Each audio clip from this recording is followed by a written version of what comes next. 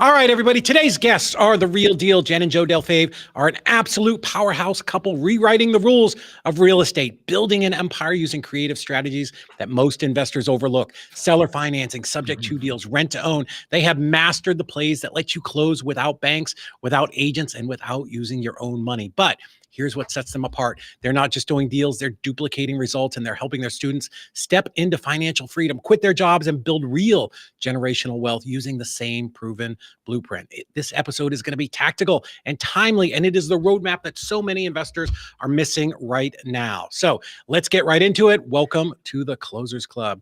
Jenn and Joe. Thank you so much. That was awesome. Thanks, Dave, for having us on. Such a nice intro.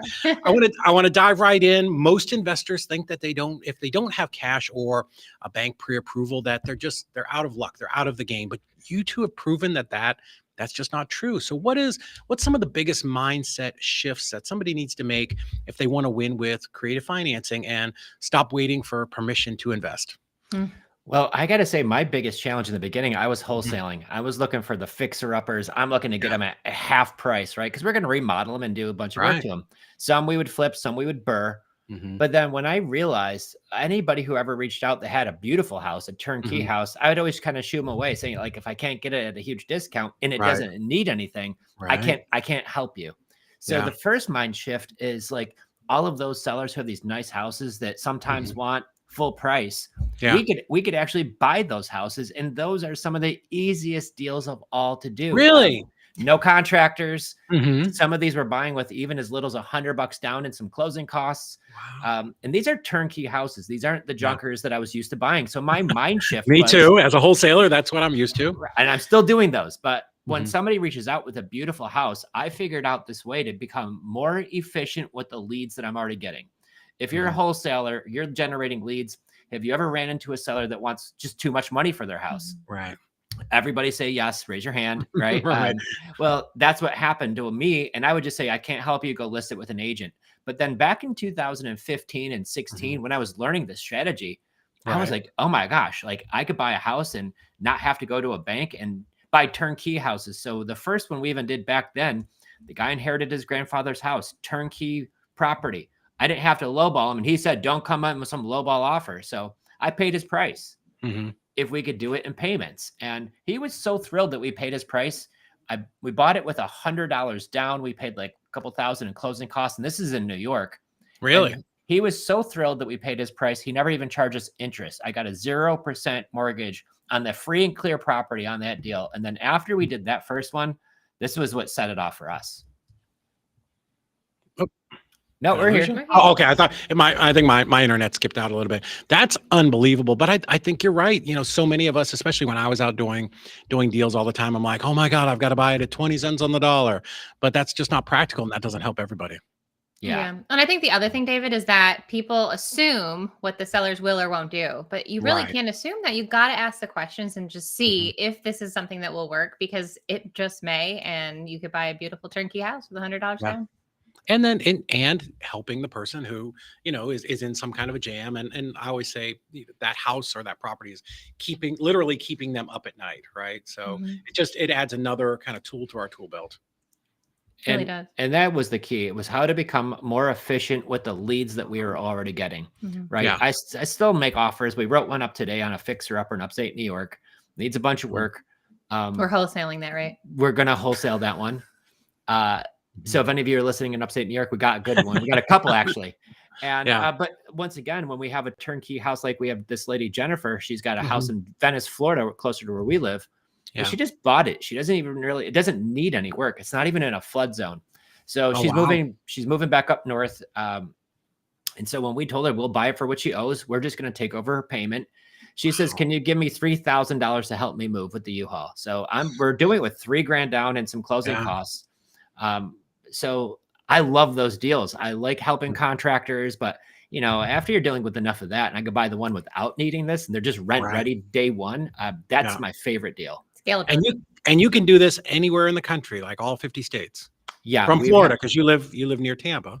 Yeah, we've done deals in North Pole, Alaska, down to What? Florida, New Yeah. York, and many, many states in between. Yeah, did you know that was a real place, North Pole, Alaska? No, I mean, other than my Rudolph the Reindeer, cartoons that I watched as a kid, that's probably about it. Well, the seller reached out. They actually were in North Carolina, and the seller says, "If you want to really help me, buy my house in North Pole, Alaska." I did not know there's a place. I didn't know there was. Did you think they were messing with you? Let's be honest. I totally did. We were laughing about it. Yeah, the girl on our team. I was like, "Ah ha ha, Brittany, you're real funny." She's like, "No, I'm serious." Because we've all had somebody be like, "I've got this house at 1600 Pennsylvania Avenue." Yeah. As always, everybody's a comedian. But it's close to a huge military base. It's an actually really active area. Mhm. And he was a disabled vet. They were making this mortgage payment for like 2 years while the house sat vacant. Right. And so when I told them I would take it over for what they owe, do the payments, they were more than thrilled and couldn't say yes fast enough. Right. So when you're looking at a property like that, and it's some weird town or area where you're not familiar with, like, what are some of the things that you're looking at to say, yeah, this is the kind of deal that we can make work? Well, the first thing I love was a no money down deal, right? Because my cost of Right. entry, is really low. Number two, Mhm. does it have college, a hospital, schools, military base, all of these things? And I absolutely love that. There's a spot in upstate New York called Watertown, New York, huge military base. A lot of people are coming and going. And so that kind of props up the economy there. Same thing with a hospital or colleges, things like that. So this works in big cities. It works in small town USA. And then you pick up the phone and you call local, A++ realtors. Yeah. And we get a good feel and get a pulse on the market of what's happening. I mean, we've got deals where we've done in remote areas, and then you talk to the agents, they're like, there's just nothing available here. So the minute something comes up, rental or for sale, they get snatched up quick. Yeah. So super important to make sure that if you're going to buy, because you're buying these houses, right? Yeah. You're taking title to them, and then you're finding some type of like a tenant buyer or somebody that can go into them. Right. Yeah, that's our favorite exit strategy, just because as you're scaling, the toughest thing as a landlord is getting all the phone calls and the toilet's plugged, the light bulb's out, that kind of stuff. And it gets old as you scale, especially. So how can we do it without property managers? Is we do a lease with the option to buy, rent to own. So our renters move in, give us a big, large, non-refundable option deposit. So they're better clients and renters off the bat. I mean, they're talking 10, 20, 30,000 just to move in. Wow. But they also realize part of the deal is they're responsible for the maintenance and repairs. Now, this isn't a junker. This is a nice house. But if that light bulb goes out or the toilet gets plugged, they don't call us, they fix it, or they call somebody to help fix it for them. Nice. So we don't get the calls anymore, which is really nice. So you don't have to have a property manager, none of that stuff. They just mail you a check every single month. They do electronically now. Yeah, electronically. Oh, do they do it? Yeah. Yeah. I have a property manager now, but that tells you how long it's been since I've actually dealt with my properties. That's a good thing. Yeah, it is. It actually absolutely changed my life. I love that. So really, so now you have the ability, any type of deal that comes in, you have not an exit. I guess it would be an exit strategy, right? You can wholesale it. You can buy it and then lease option it out. Or what's your favorite strategy once you get a property? Like as far as like lease option, do you do like land contracts, or is mainly like a lease option your go-to? So my favorite is definitely, without a doubt, having a lease option, rent to own. I like owning the property, retaining ownership of it. I'm still getting depreciation. I get to write off my taxes. The renters are paying off our debt, which I love that. And you're getting a much better renter in there. So once we buy a property and take it down, I'm either wholesaling it. I don't want to do fix and flips. Once in a while, we still do those, but I tend to whole on more now. And then if it's a property we're keeping, I'm putting in a renter to do a lease option every time. Really? So on the lease options, what's the what's the worst thing that can happen? I guess that they leave, right? It seems like a very safe Well, strategy. people are going to people. So you could still have evictions. So that's why we do a lot up in upstate New York. We love that little honey hole up there near Rochester. So if you have any properties, send them our way. But we don't want to put a seller finance person in there because we don't want to have to foreclose if they stop paying. We want to actually be able to evict them. So therefore, you got to have a proper paperwork. So they have their lease agreement and then they have their option to buy. And so ideally, in a perfect world, that they pay their rent on time, they buy the property when they're ready, and everyone goes on their merry way. Worst case scenario, they stop paying. We have to make sure they get out of the property. And then we've had to clean up a little bit, put a little bit of money in. And then guess what?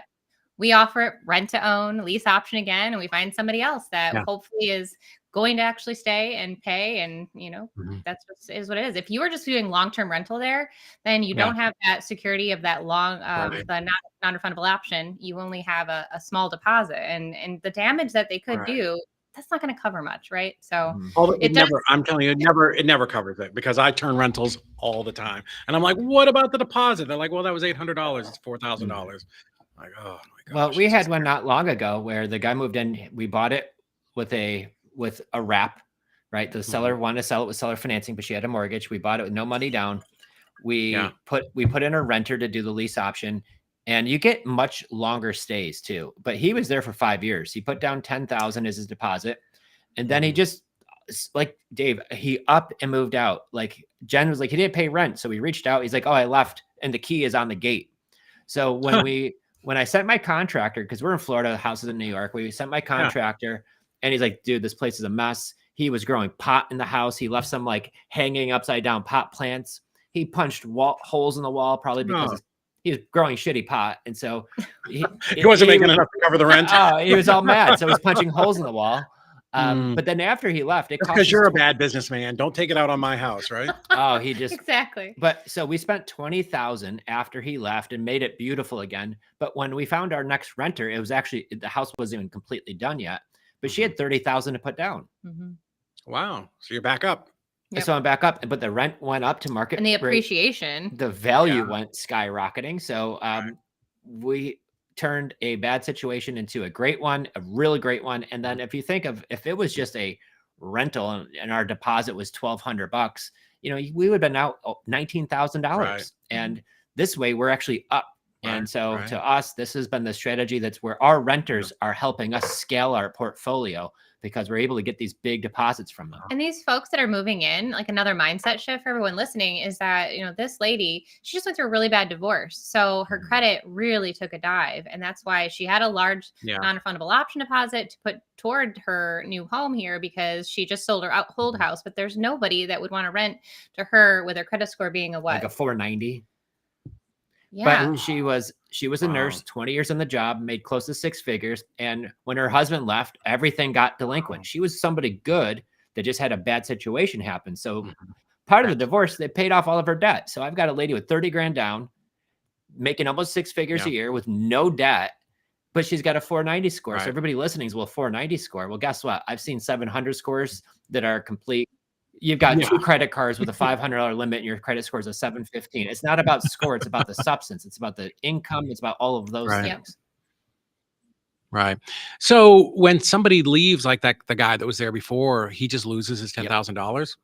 He didn't even ask for it back. So he was gone. That's amazing. Wow. So when you guys talk about these deals where you're doing no money down, like kind of like dig into that a little bit. Like, how are you pitching that to people? How are you convincing them to basically just sign over a house to you for $3,000? So the first rule is the biggest rule, is you got to work with motivated sellers. It's not Fight Club, right? Yeah, we can talk about it. Okay. All right. Get your pens out. But you got to talk to motivated sellers so much that we actually made a chart of scale of 1 to 10. 1 is like, hey, why are you bothering me? I want to sell my house, but I'm going to be mean to you, right? Which is weird. It happens. But then 10 is like, please, I'm an emergency. Come take my house. I need a solution quick. And what I've realized, the people that we're doing business with are usually in that 8, 9, 10 range, right? They're pretty motivated. So that's rule number 1, is talk to motivated people and don't waste your time with time wasters. Yeah. I had that issue first starting off, but once you do, and you're talking to them about their situation, one of the phrases that I say all of the time, I actually went over it with my team training this morning. I just tell them straight up, I typically buy with no money down. Okay. And it's a question, but it's also a statement. And many times they'll say, okay, you'd be shocked. And we bought some really nice houses with that little silly saying. And then sometimes they might give a little bit of a fuss, say, well, I need some money. Well, I'm like, well, I anchored it at 0. So once again, they say, well, I need some type of down payment. I say, what's the least you would take to make this deal work for you? And I just shut my mouth and then I listen. And if it's some high number, I say, I can't do that, but here's what I can do. And sometimes they need some money for their, if you need to sell your house here and use all of the proceeds to buy your next house, I'm not your buyer. Right. But there's many situations where that's not the case. Many there are, but there's many that aren't. And for this lady in Venice, she doesn't have any equity. So low equity deals are my favorites, and low equity with a 2 to 3% rate. Oh, I will take all of those I can get my hands on. as many, that's one thing people say to me, like, because we bought a lot of Prop 14 and, why didn't you buy more? Well, first of all, we thought it was the end of the world, but my God, I wish I could have gone back and just bought 300 instead of 100. It would have been absolutely amazing. What about, and I know you guys post a lot on social media and you're very forward facing. What about people who say, like, what you're doing is, taking advantage of people, or, you bad investors, you're doing all of these things and, maybe, I don't know, stealing somebody's house or something, right? I know that's crazy, but, do you ever get that? Well, no, we don't get any online hate or trolls whatsoever. Come on. Oh my God, David, all day long. I We know. get it, every platform. But no, I think at the end of the day, what really helps me is that because we've actually helped people, I think about those people and how many more there are out there. So a lot of people are just bored and have nothing better to do. They're going to run their mouth behind the keyboard, and I can't help them, and I'm never going to. I'm not even trying to. So I ignore them, and then I focus on the Jennifers, the Natashas, the Zebs, the real people that I have even photos with that I've helped in real life situations, the stories, the tears, and I just lead with my heart. And I just know success is a good night's sleep, and I'm doing right by everybody out there. And so unless you're in the arena getting your butt kicked, I really don't care what you have to say. I think we definitely take a beating, especially, we were just on that other call, like some of my biggest ones are reels or things, or where I'm talking about being a landlord. But for real, every one of those people that I bought those properties from, had cancer. Like there was always a reason, right? And they wanted to sell to somebody, reliable and, protect their credit or not go into debt or any of those things. So I think it's so important. And that's what we do as real estate investors, right? Well, we're here to help people. Not only that, we offer speed, we offer convenience.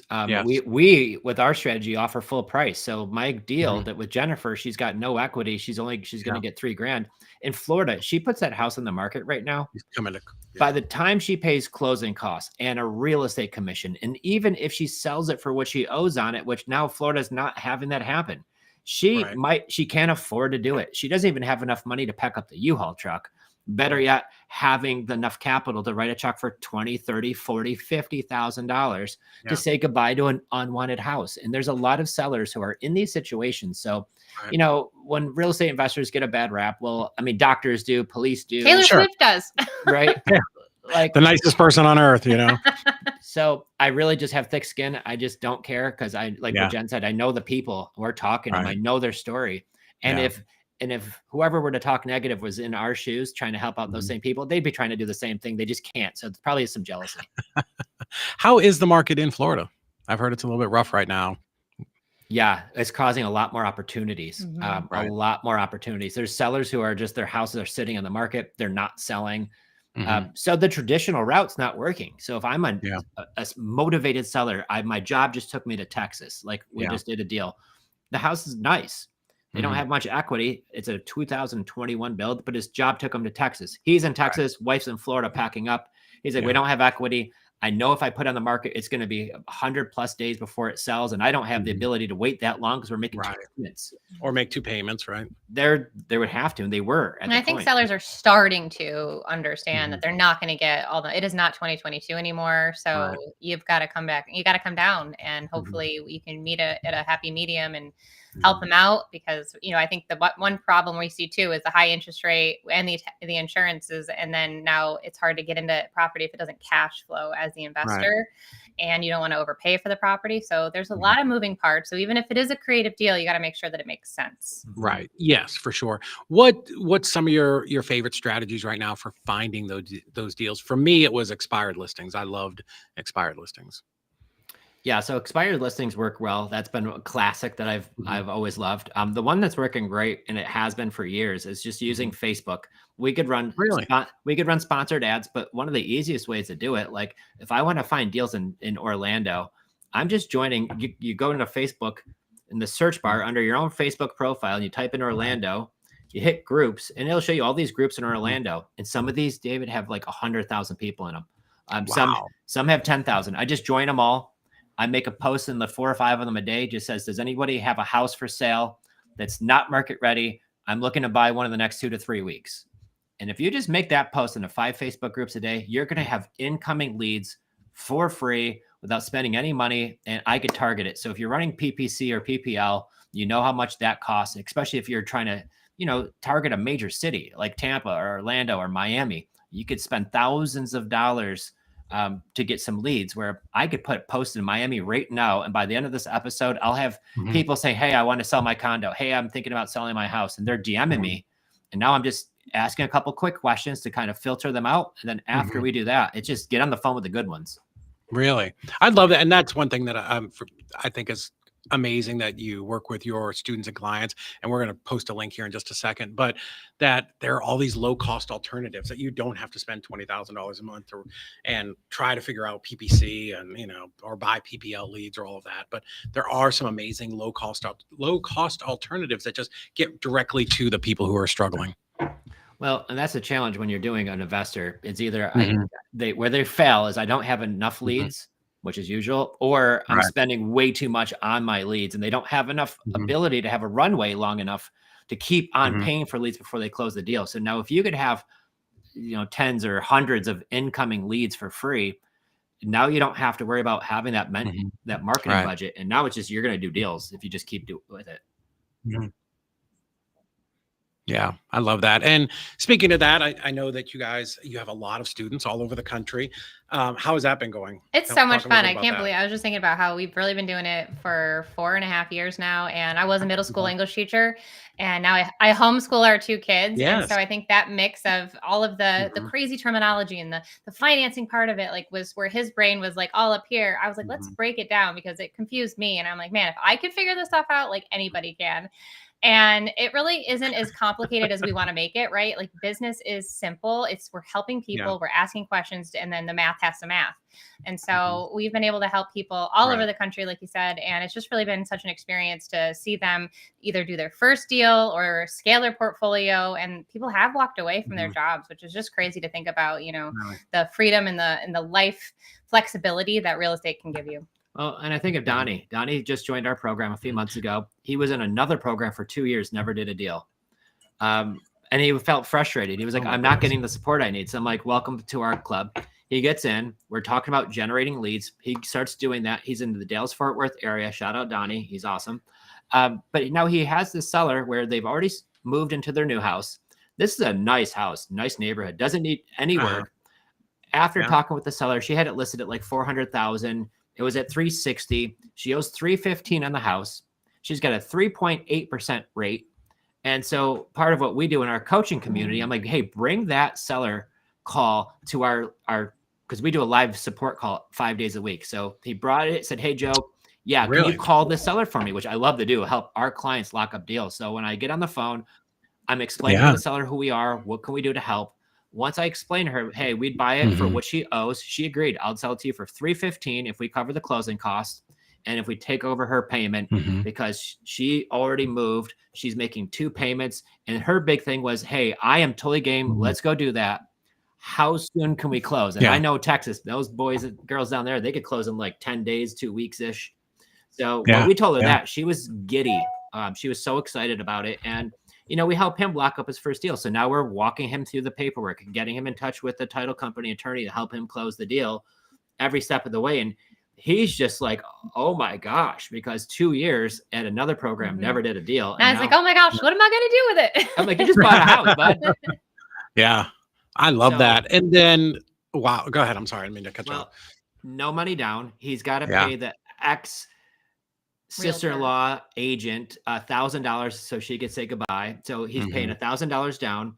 That's going to go to the agent, and then he's going to pay, I think it was like $6,000 in closing costs. So $7,000 out of pocket, turnkey house with a 3.8 rate, and it doesn't need anything. So like those deals are all over the country, and there's more of those sellers out there. So as you know, regulations get tighter on wholesaling.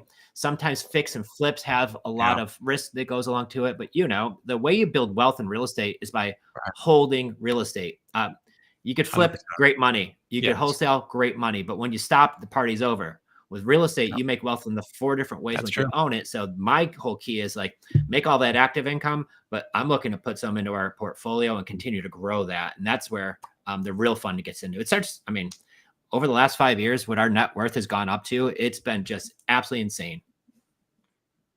Yeah. No, it's awesome. Okay. I know you guys have to jump off here, but I do have one, really important question. Sorry, I lost where I was. If you had to do a creative deal, right, in the next like 3 days, 72 hours, very similar to the one that you were just talking about, right? For somebody who's listening, besides going to your website and connecting with you guys, but 72 hours, no CRM, no budget, no warm leads. What is the first thing that you would do to get that deal done? First thing I would do is I would start joining all the Facebook groups where I'm going to do a deal. I would start posting into 5, 6 of the 7 of those groups a day. Number 2, I'm going to every day until for my 3 days at least. In the meantime, after I do that, I'm going to have incoming leads. Number 2, I'm going to go on Zillow. I'm going to look for houses for sale in the search bar. I'm going to look for owner financing, seller financing, motivated, assumable. There's a search bar, and I wouldn't put them all together one at a time. But this is going to show you every property that's available where it says seller financing or owner financing in the wording somewhere. And I'm going to call them and work out a deal with every single one of those. I think of Jacob. He's one of our favorite success stories. 19-year-old, home from college for the summer, got into our program. He legitimately did a deal in 3 days. And the way I'm telling you is exactly, so I didn't create that. I'm stealing what Jacob did. And in 3 days, he was relentless. He called me up freaking out. And he was like, Joe, I think I just got my first deal. And I'm like, I mean, bud, you've been doing this for 3 days. And he was like, no. And I look at it. I'm like, wow, you actually did. Got a big old check, made a whole bunch of money. And, I even joked with him, like, what took so long? And he was like, well, my girlfriend was in town. But, he did it. And he talked to probably 100 sellers in 3 days. Probably about 100 people. That's incredible. Massive, just massive imperfect action, as our friend says. Got it. Yep. And then helped us. Awesome. We helped him lock it up, and then the rest is history. I love it. Guys, thank you so much. If this is what you want to do, if you want to build some real wealth in real estate, you're, like Joe said, you're not going to do it through wholesaling or fix and flips, because the day you stop, the money just turns off like a faucet property. So if you want to do that, make sure that you're going to creativefinanceplaybook.com. We will drop the link in the notes if you're watching this a little bit later, but it's here in the comments. Jenn, Joe, thank you so much. I appreciate you guys coming on. We always have such a good chat. I love what you're doing. I think it's absolutely incredible, and the industry needs it, because we cannot all be, posing on top of Lambos pretending to do wholesale deals. So I love what you're doing. Well, thank you so much for having us on. Happy belated birthday. We're going to see you in a few weeks. Real soon. Yes, we'll see you in a couple weeks.